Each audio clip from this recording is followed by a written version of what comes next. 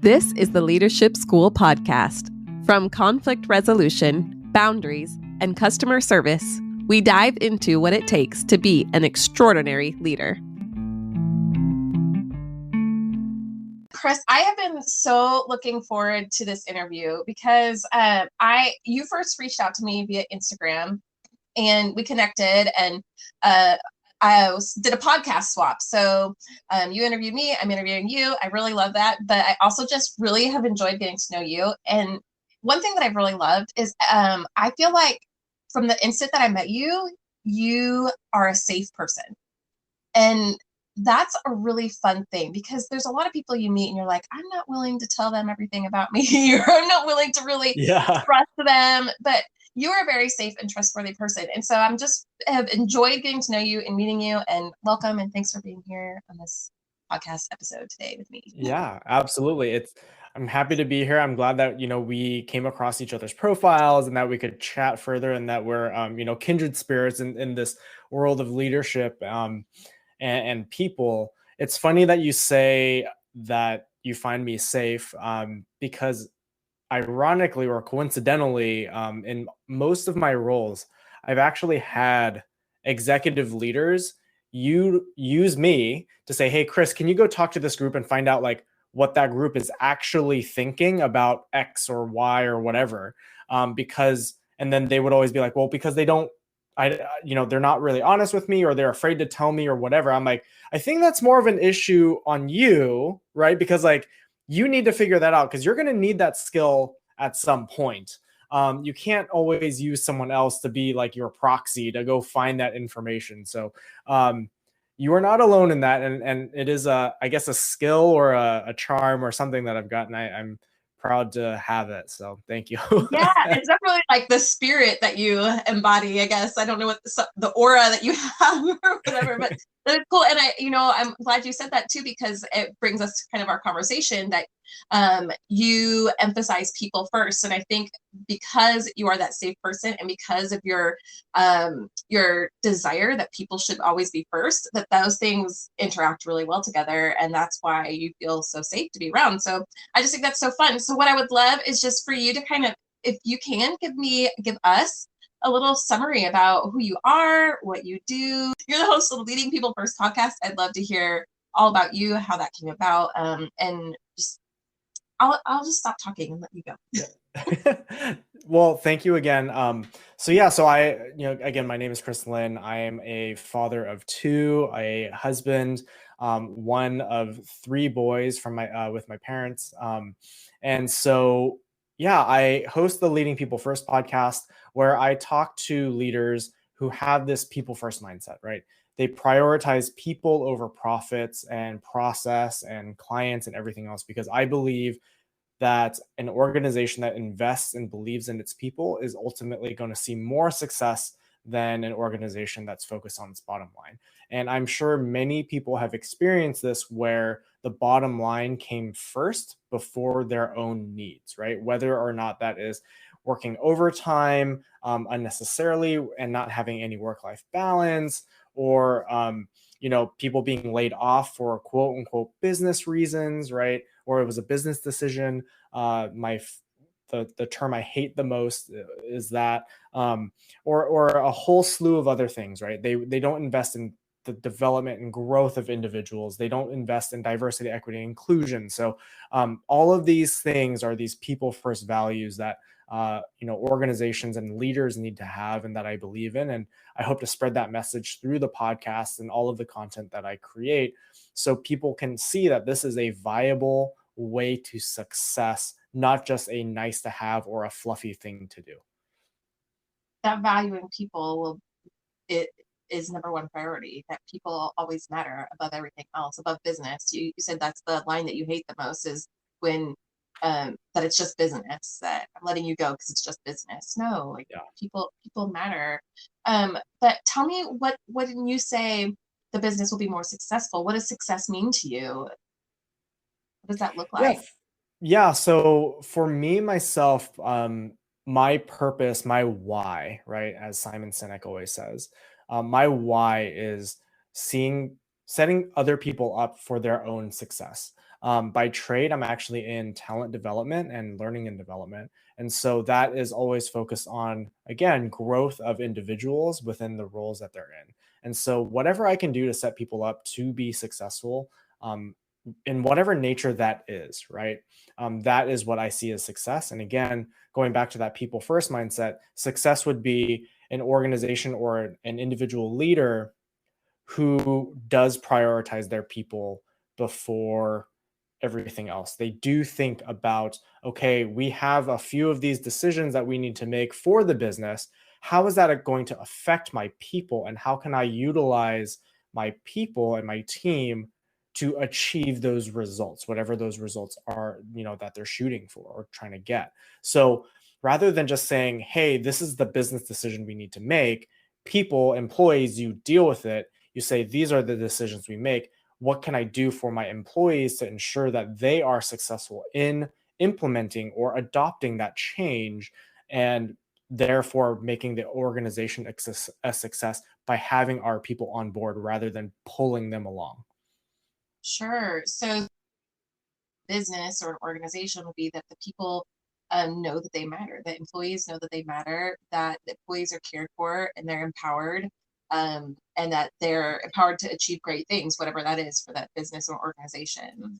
Yeah, exactly. And this, again, this mindset and this approach is purposefully a bit vague and nebulous for that reason, because it can be flexible for whatever the individual needs it to be. But again, the mindset is putting people ahead and putting humanity back into the workplace over, before doing anything else.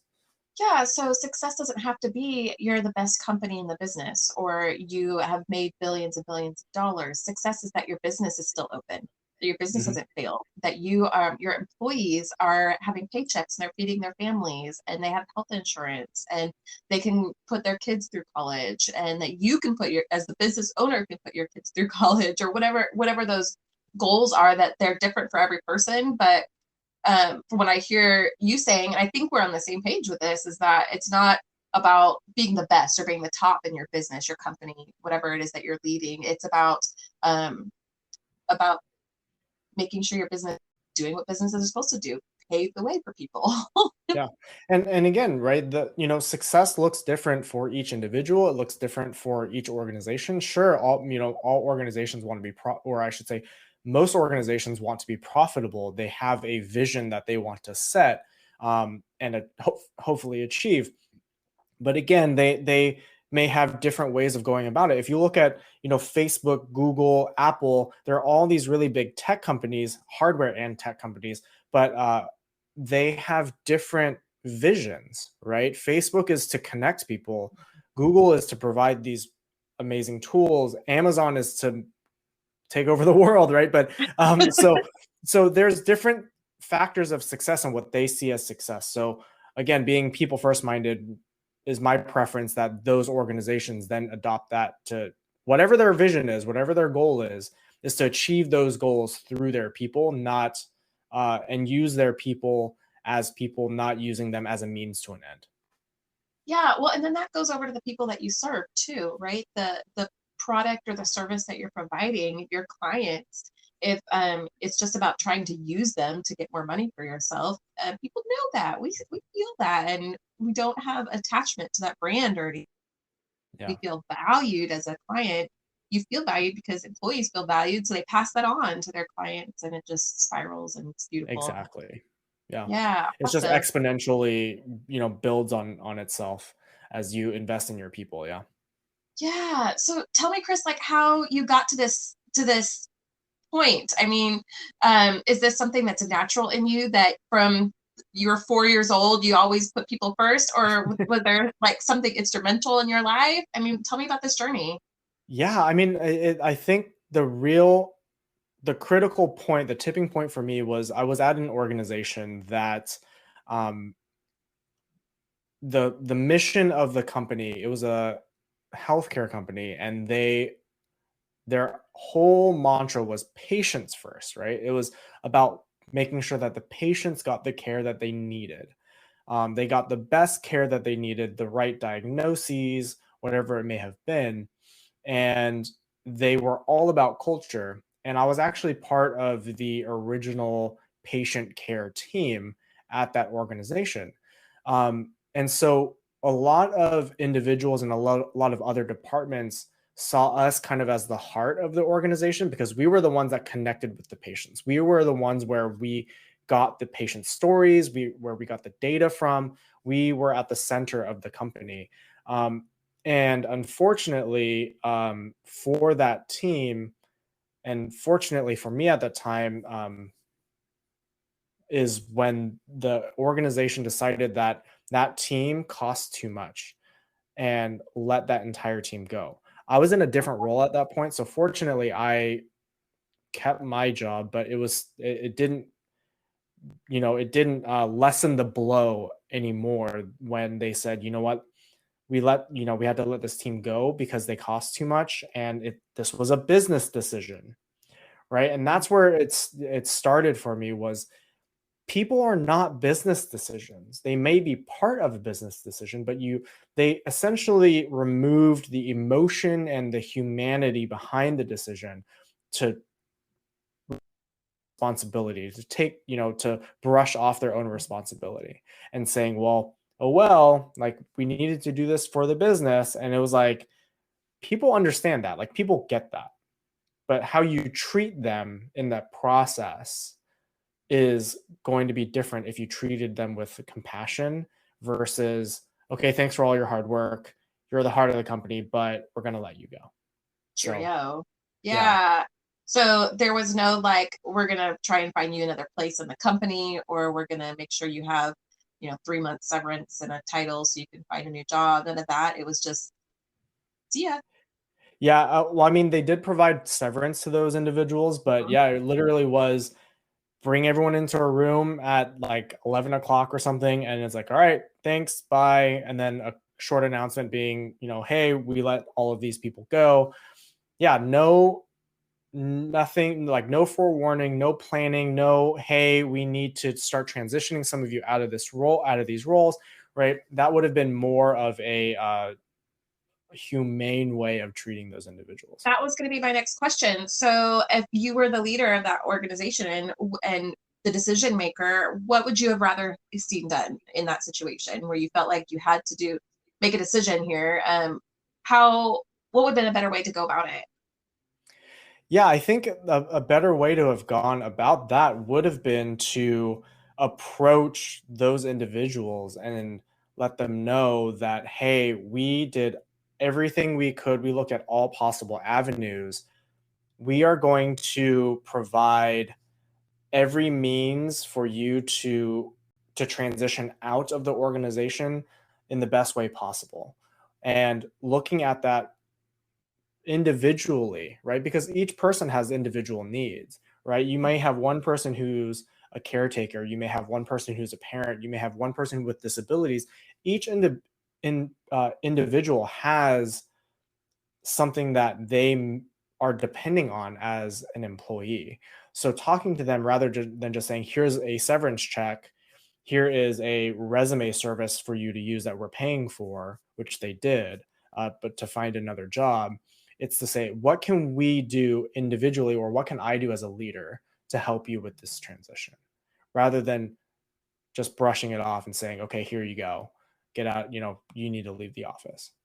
Yeah, well, just even as you're saying that, like I felt it in my body. Like I just felt more relaxed. I felt more at peace. I felt more cared for. I felt like, oh, it's okay that I got fired because it's not about me. Like I felt like I was still a human and a person. Whereas I think the prior situation, I'd start feeling like, well, what could I have done differently? What did I do wrong? And this way you're explaining like we're trying hard. Like you are important, and it makes a huge difference in. Yeah. And if a leader approaches you that way, it's dignity. It gives you dignity and respect. And like you said, the humanity of it. Trying to just brush somebody off is like saying we're robots. Like your person doesn't matter. It's just the work that you do. But that's not who we are. That's not who we're made to be. I mean, it's like a bad breakup in a relationship, right? Like a bad teen breakup's just saying like, oh yeah, it wasn't you, it was me, right? But really it was that person, or, in this case, it was a cost, right? And so, looking at it from a business lens, so just be honest and be sincere and be compassionate in what you do. Accept the decision that you're making. Be an adult about it, right? Let's Mm. not be immature about this. And you have to have an understanding that you are uprooting and completely tearing away a piece of someone's identity, right? That's what happens when we break up with someone or when we lose a job or when we move. A huge part of our identity is being ripped away. And so, from a psychological standpoint, you need to provide support and closure for that part of your life so you can move on. You can move on peacefully and and from a more mental, a better mental standpoint, and transition into the next step of your life. Well, and that would, I mean, even from just a business perspective, doing it that way would also put you in a better light for your business. It would put that person in a better place for their future jobs, which means that they're going out into the world and like in this better light in general. And so whatever job they're going next to, maybe your competitor, you might be working with them in the future, you want to still be amicable in those situations and Yeah. be able to still build relationships up, and it would just kind of filter out and really change the world in doing that. And that, I think, is what you said is leadership, is being the adult, is owning and accepting that responsibility. Tell me more about that, about taking on those roles as a leader. Yeah. So, being a leader means that you care about people, right? Very often, and I think a lot of society and the world is coming to this realization that being a leader is not being the best at your previous job, right? We often, we pick on sales a lot, and I'll do that here. Is you have the top salesperson, right, in a team, on a team, or in an organization, and that top sales then gets put up for a promotion. They say, oh, the company says, okay, you were really good at selling. Teach everyone else how to sell like you, right? Mhm. That is sales based. Now you are putting someone who's good at selling and trying to put them into a teaching or coaching role.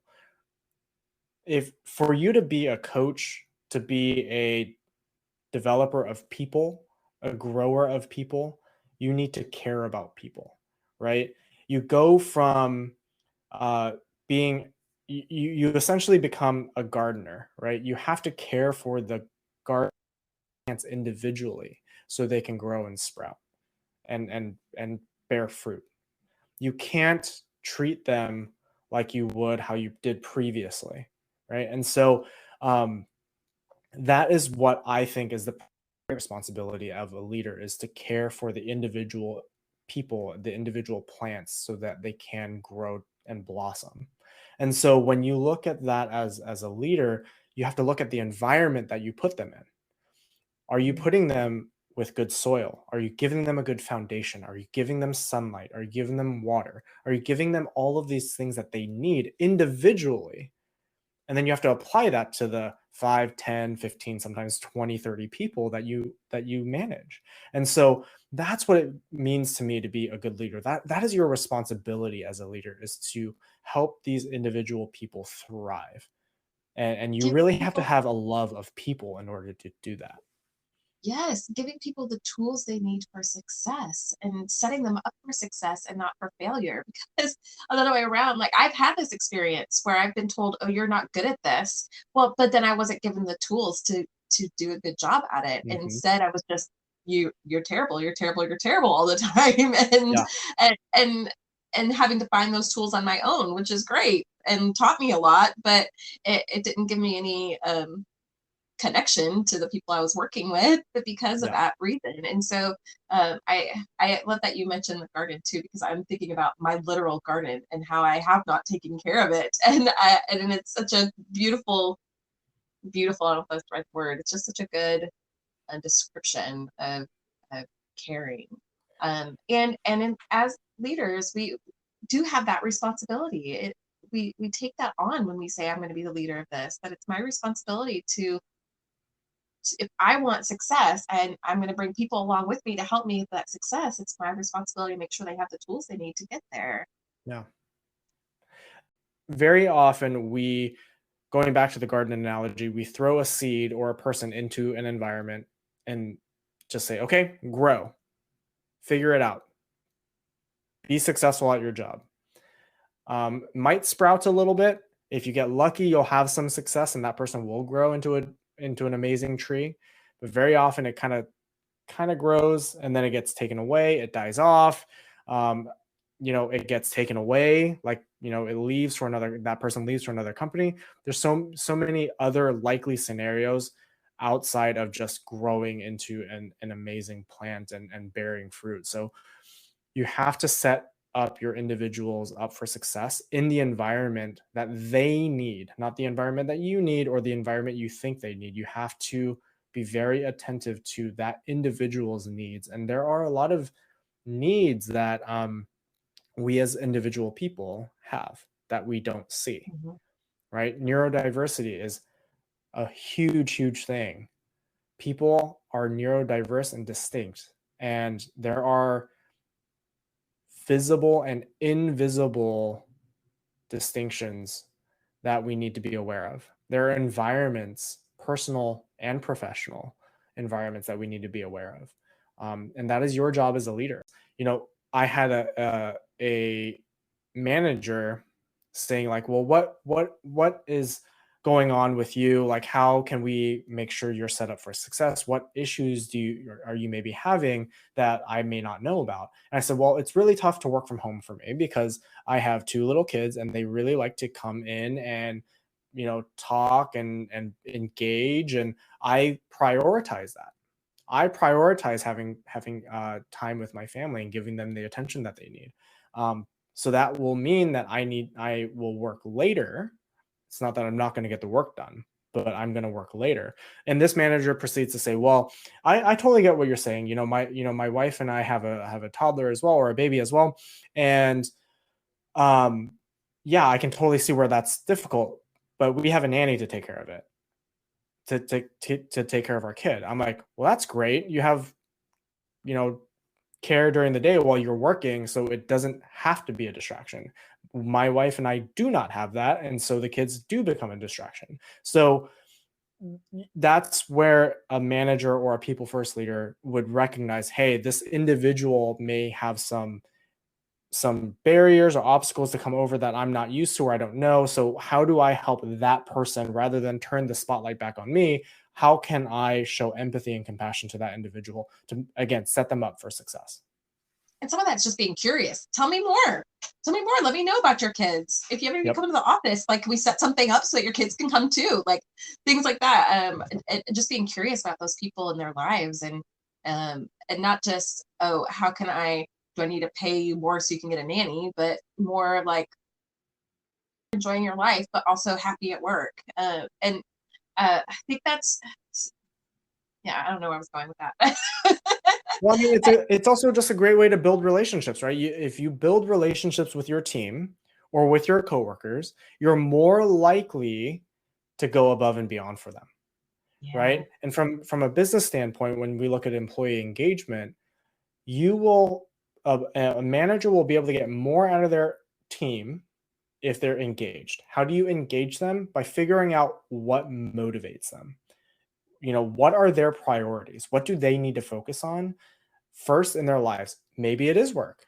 Maybe they like being recognized, or maybe they just like having family time with, or spending time with their family, right? Figuring out what each of those things are for each of their team members, and then letting them prioritize that, and then letting the work come after that, right? Yes, the work still needs to get done. We're not going to say it doesn't, that it's not important, but can they still get that work done, what they need to get done, while prioritizing whatever it is that they want to prioritize?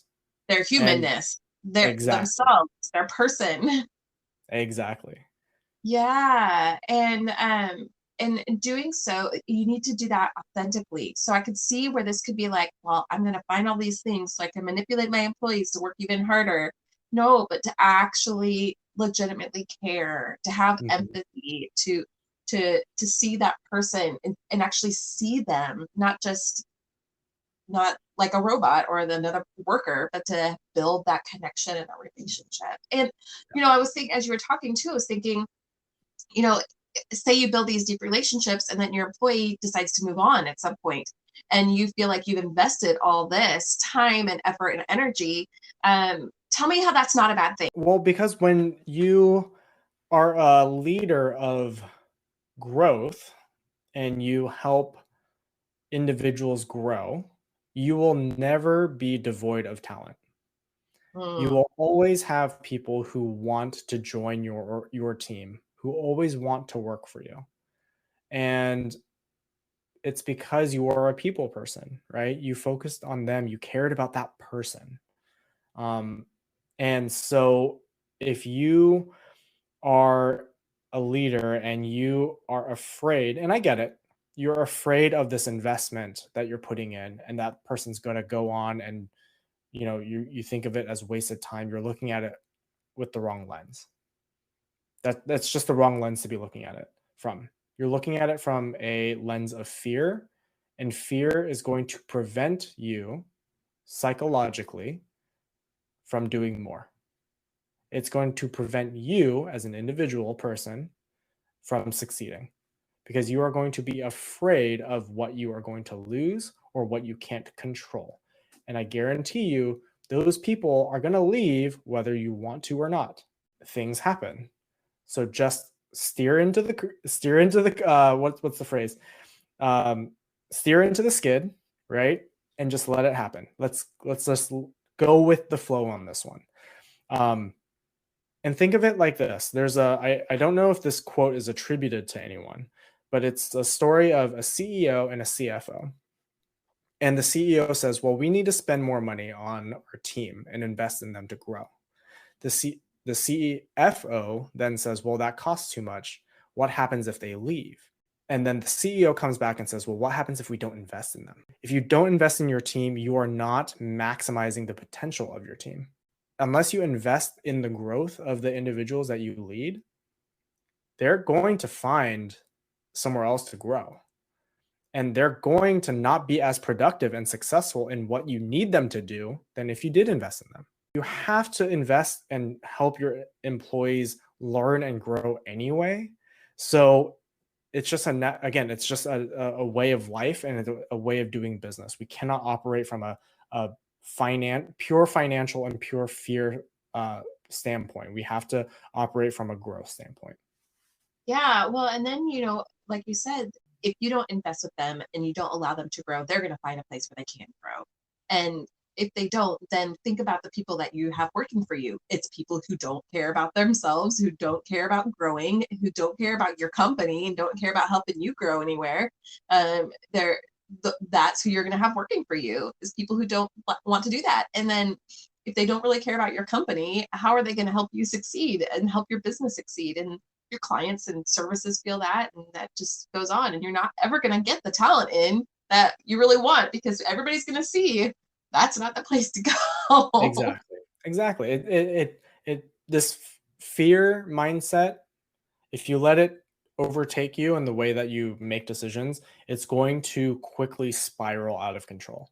And I've seen that happen. I've seen it happen on multiple teams and multiple organizations. And I know managers, and I'll call out managers here, not leaders, managers who operate from this fear mindset. And they say, ooh, like, I don't want to do all of that. It's a waste of time, or it's not worth it, or whatever it may be.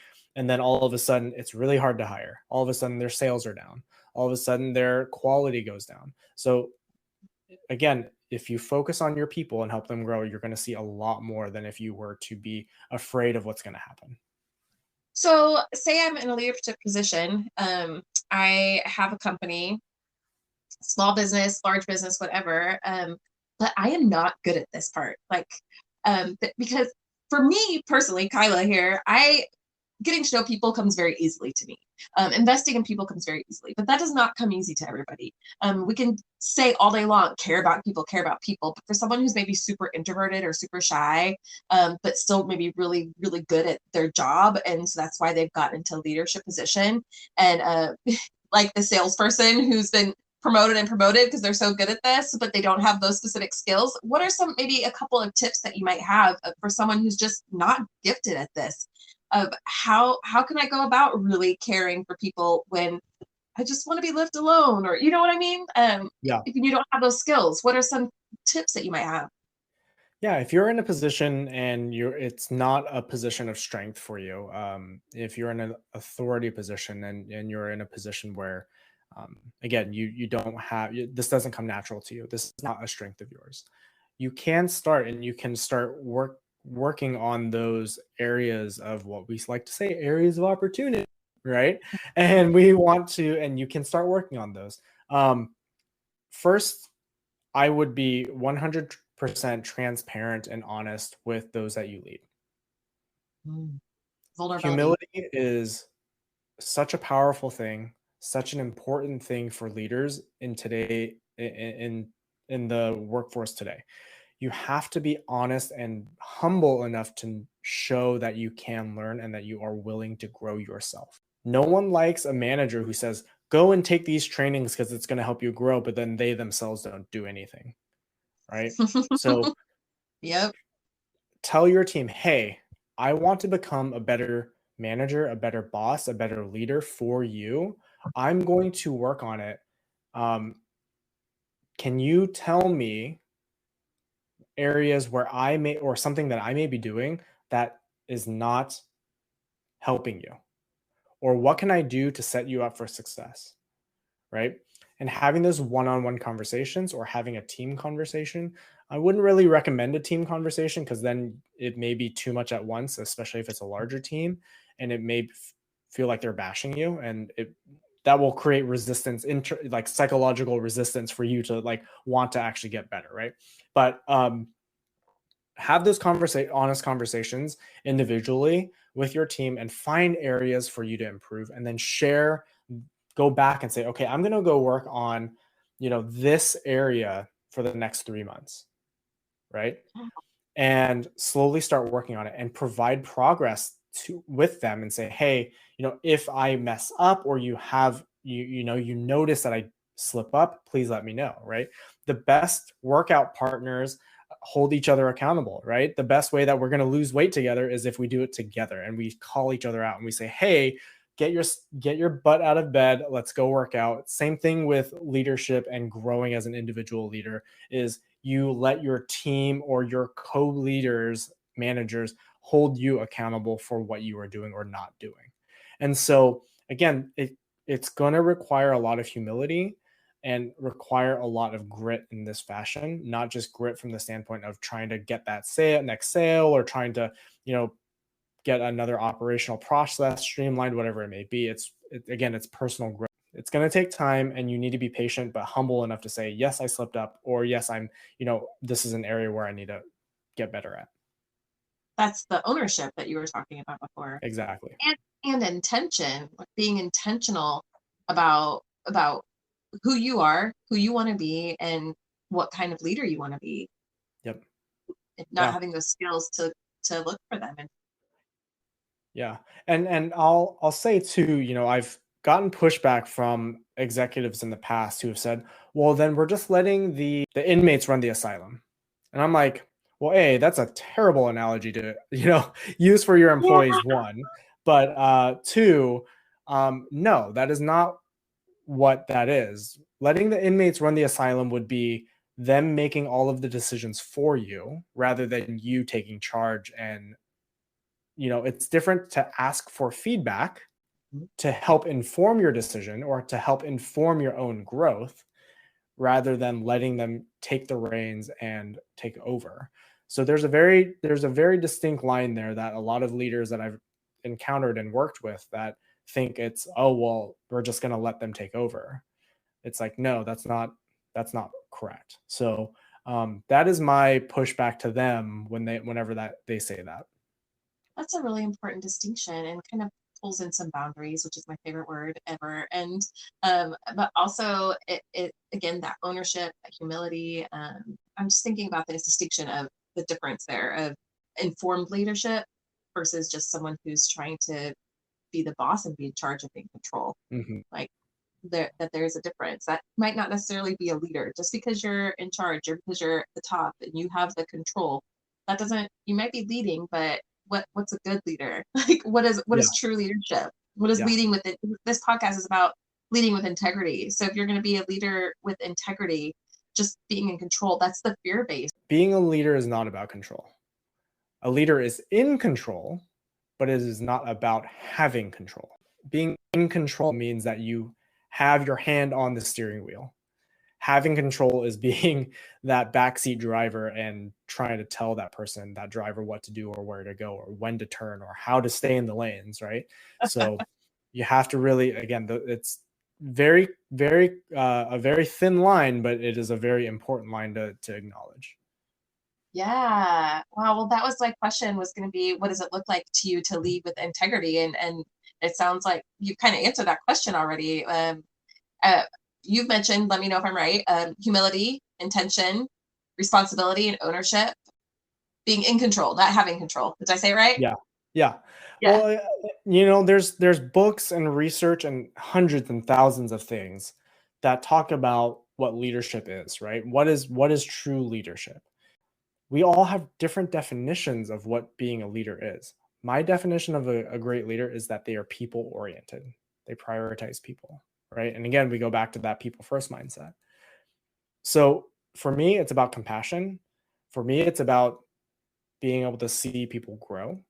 And there's so many different ways, right, that we can utilize those skills in order to help people grow. You mentioned one earlier is about being curious. I think that's very important.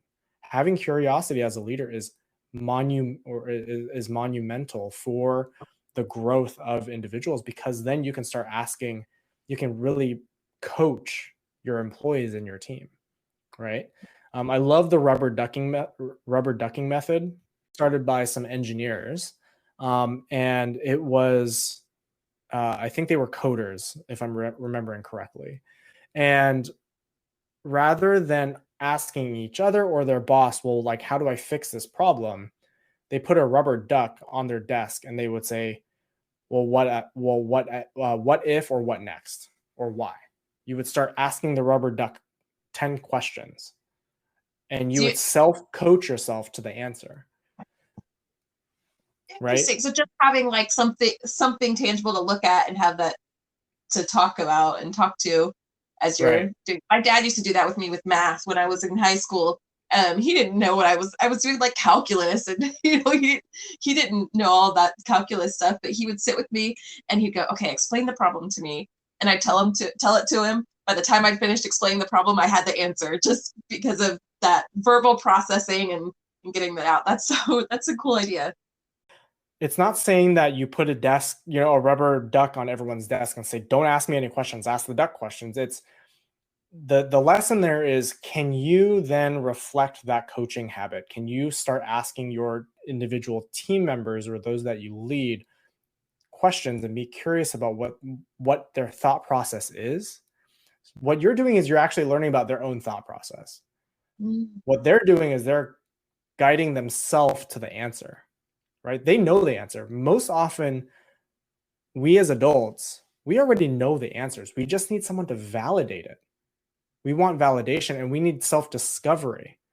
That's when you learn. That's when learning happens, is this self-discovery. I'll use an example. How often do you go to a friend or a family member and you start venting or asking a question, be like, oh my gosh, I don't know what to do about this person at work. They do this and then they do this. And then, I just don't know. And then you come up with an idea on your own. That person hasn't said anything.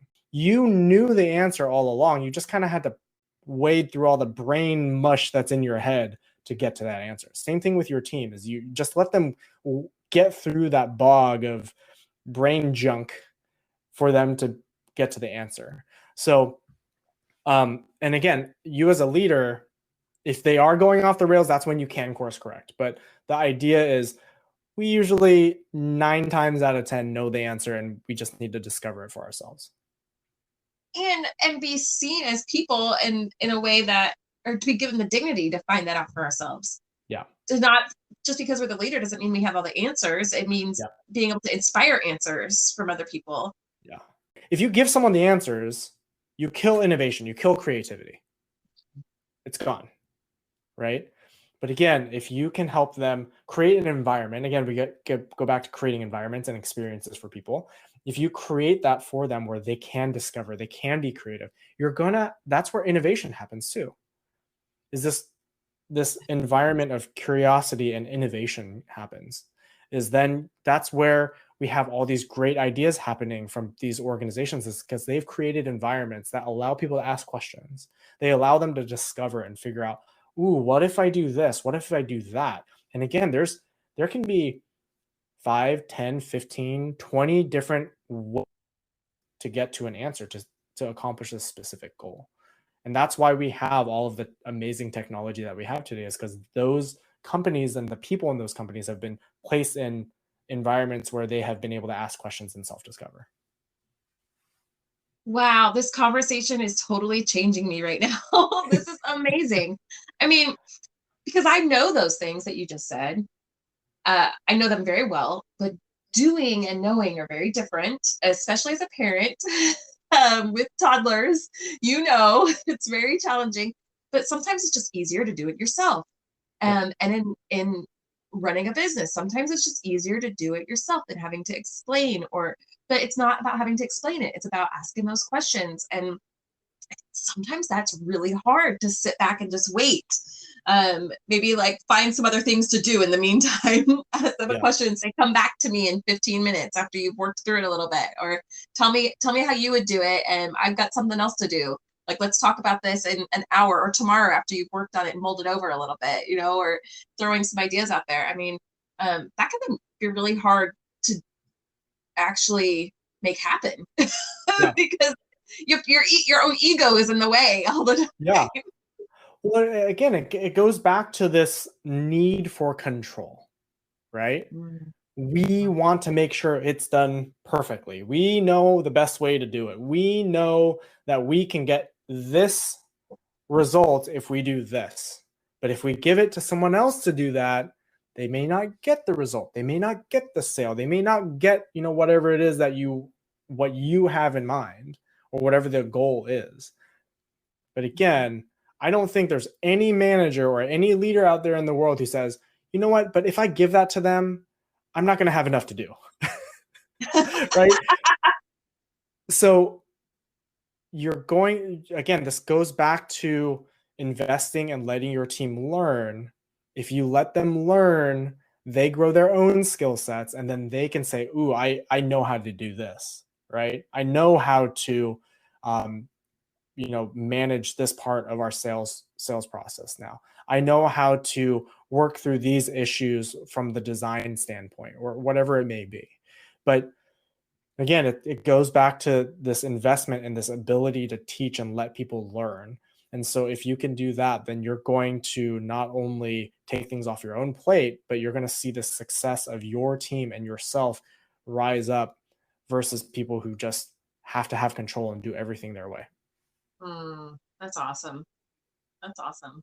I love this. I'm going to switch veins. I love this, but because I think you and I could just talk about this for another few hours. What we're going to do is we're going to pause that part of the conversation, and I think it'll come up here and again later anyways. And you and I will have another conversation sometime, another episode where we can really hash even some more of this out. But I want to hear more about your lead that you're involved with. I don't even know what it all stands for. LEAD, right? That you're involved with. I would love to hear about this. If you can just tell us what it is, what your role is, what your mission is. I want to hear all about it. Anchor Podcast is the easiest way to make a podcast. Not only is it free, but it has everything you need, including creation tools that allow you to record and edit your podcast right from your phone or computer. For me, in just a few minutes, I was able to go from an idea to a reality of having my podcast launched and out there. Anchor not only distributes your podcast for you on all platforms, but it has everything you need in one place. You can download the free Anchor app or go to anchor.fm to get started. Absolutely. So LEAD stands for Leaders for Equity, Allyship, and Diversity. It is a group that is focused on having uncomfortable, courageous, and awkward conversations around diversity, equity, and inclusion. Hence the name, right? And it's all about, when we look at DEI, everyone's journey is different. However, everyone does go on the same path, just not at the same speed, at the same time. So, what we want to provide is, or I should say, where it started was a group of individuals and myself at the start of this year, 2021, the day of the Capitol insurrection, right? The riots that happened on January 6th, a group of us really needed a way to process what happened. And so we decided, hey, let's just get together and talk about it. Let's just get together and create a space for anyone who needs to come and just process their feelings, share what they need to share, right? Because everyone who was concerned about it had similar feelings. They just needed to process and get it off their chest. And so we created that space, and we realized that we don't have that space in DEI. When it comes to DEI, people become aware, and then they're usually thrust into making a decision of, are you going to become an activist or on the sidelines and still not do anything? There's a gap there, a gap for people to come and ask difficult questions, awkward questions about DEI or about a certain group or certain ethnicity or culture or whatever it may be, and to just learn and just absorb, not yet being given the skills to become an activist or to train others or to do, to gain other skills, but just more of a knowledge, an awareness of knowledge, growing their cultural competency. And so we created this group. LEAD meets every Thursday, 7:30 p.m. Eastern, where we just come in and have discussion around a very niche topic, a very specific topic that is meant to spark conversation. And we are focusing in July on an American snapshot. What does it look like in 2021? But more specifically, what does it look like for people who are not white? Right? July is usually the celebration of our history, of our founding, and it really only benefited one type of person, right? And so what can we do? Like, what does it look like for people who are not white, people who are not cisgendered, straight, heterosexual, white people specifically, right? So our first conversation is going to be, what does freedom look like? And we're going to look at it from the lens of someone who's been incarcerated, the Black community, right? Because their freedoms or lack of freedom is going to be very different than someone who has not been incarcerated, right? Yeah. Or someone who is not passing as Black, visibly passing as Black, right? And we're going to look at other topics such as communities who have come together, right? More specifically, some of the Asian communities over this last year. How have we, as Asian individuals, come together and rallied against the anti-Asian violence and sentiments that have happened over the last year? Then we're going to look at how have communities been divided, right? There's the other side of the coin where there are some communities happen, they fight against each other, and they split and they fracture. And that's what happens in the United States as well. So there's a lot of topics and discussions that we go through that are meant to spark conversation and curiosity, and provides a space for people to be awkward. And we show, one of our values is that we will show each other grace and compassion when someone makes a mistake, and that's okay, because we are human and we make mistakes. So just an open space for really learning and learning more about each other. And I love that you said advancing your intercultural competencies. That is so, so important. I am super interested in hearing more. I've listened to a couple of them on your podcast. How can my listeners hear more, be more involved, hear these recordings, or any of that? Yeah, absolutely. If you want to hear our past conversations, they're all recorded and I post them on the Leading People First podcast as bonus episodes. So they will show up as a bonus episode and very clearly marked in the title as a lead event. So if you want to go back, listen to those are all available. If you want to be a part of the conversation, we would love to have you. There is no restrictions, age, whatever, gender, ethnicity. You come as who you are. It is a safe and brave space for you to come and ask questions and just be curious and learn. And again, it happens every Thursday. So we post all of the events on LinkedIn. And so if you look up Leaders for Equity, Allyship, and Diversity, it is a set up as a company, and you will be able to, we'll post on there and you can go on and join whenever you'd like. And these are all free Awesome. events and they only happen, it's only an hour commitment. So, and we're very strict on making sure we end at an hour because we want to respect everyone's time. I hate those webinars where it's like, oh, it's an hour, but it's actually like an hour 20. So, okay, so I'm going to get that link and I'll post it in the podcast notes so people cool. can join in on Thursday nights. But if you you said if anybody wants to hear past episodes, they can just listen to that on your podcast, which is Exactly. Leading People First, and it's amazing. You've been doing your podcast for a while now. What is like your overall mission with your podcast? Yeah, I mean, for me, the podcast, all of the content that I put out is, again, it's really to spotlight individual leaders, and to spotlight issues that are happening, right? And I'm testing out. You and I were talking about before we recorded that I'm testing out, creating videos and again spaces for people to just learn about leading people first, right? And so I'm starting to create more videos every week, just so you can see this being applied in real life. I'd love to hear it. Like, tell me something unique about you, that just to get to know you a little bit better. What can we hear? Something unique about you? Yeah, well, there's two things. One, some people will roll their eyes at this. I am a huge Disney fanatic. Our whole family is. We are huge Disney nerds. And so we used to have annual passes to Disneyland, even though we lived in Northern California. But we love it so much. It's a huge part of our lives. And the other is I used to play semi-professional paintball. And so I used to travel around the country and play in tournaments and yeah, lots of fun, a lot of just totally random. I still have scars on my back from getting shot, but lot of fun, huge adrenaline rush where you could actually shoot people legally and not suffer any consequences. Oh my gosh, I'm sitting here like wide mouth. I didn't even know that was a thing. I've never played paintball. Semi-professional paintball, like you might get paid to play this game. Yeah.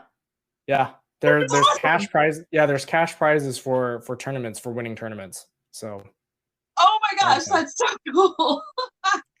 Wow, what a fun story. You have scars from getting hit with paintballs. Yeah, because in tournament paintball, right? Most people when they think about paintball fields and when they go play, there's a rule where you cannot shoot each other within a certain distance, right? It's usually like 10 or 15 feet. In tournament paintball, that is not a rule. That does not exist, right? It's almost like going from no contact hockey to full contact hockey. Wow. You remove that barrier, so you can get shot point blank, which has happened to me many, many times. And the position that I played often required me to be at the very front in the field looking in. So if someone came on the outside, they would shoot me in the back. So yeah, that's where I got scars from. Wow. That's such a cool fact. I love it. I have so many questions. Okay, last question. What's your favorite ride at Disneyland? Ooh, favorite ride at Disneyland. I will qualify that a little bit. My favorite interactive ride will be Buzz Lightyear Astro Blasters because you get to shoot all the little targets. And I like to beat my wife every time we go. For kind of the thrill rides, the Guardian of the Galaxy ride is a lot of fun, right? Dealing with the ups and downs, literally up and downs of the rides, ton of fun. My favorite dark ride, the storybook rides where it's like the old school classic tales, that will definitely be Peter Pan. Okay, awesome. Yeah, I love flying. I love flying over London in that dark room, and it's a bunch of twinkly lights. So I haven't been on that ride. I need to go back to Disneyland. yeah, you do. I missed that one. Last time we went, we were with our two littles, and so we only had a day. So you just kind of do as much as you can. Yeah. You need more time. Yeah, we'll have to go back. That's awesome. Chris, this was such a fun conversation. I can't wait for us to have another one. I've learned a lot, and I'm actually going to be going out and literally spending some more time in my literal garden and paying some attention to my individual plants, giving them the water that they're begging me for because of it. But I've just really learned a lot from you, and I'm really grateful for you and your friendship. So grateful for this and for your compassion and your leadership. I can't wait to come. I'm going to try and come on Thursday nights, and I'll let my listeners have that link as well, so we can grow that community as well. So thank you for being here. Of course. Perfect. Glad to be here. Thank you for having me.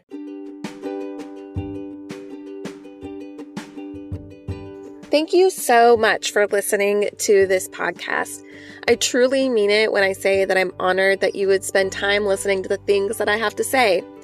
You can support me by subscribing to this podcast or by telling your friends, family, coworkers about it, and also by letting me know what you think. It really helps me to know what you like, what you don't like, things that you want to hear about, learn about, how I can share my expertise with you. I am here for you to serve you. Again, thank you so much for listening, and let me know how I can continue to support you being the awesome leader that you are.